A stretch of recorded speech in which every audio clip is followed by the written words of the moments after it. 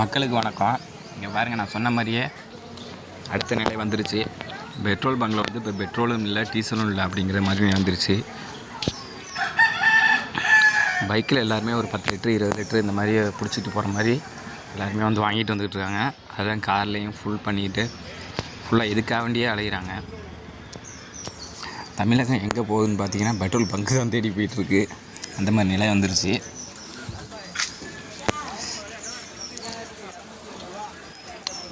இன்னும் என்ன நிலைக்கு போகிறோன்னு தெரியலை.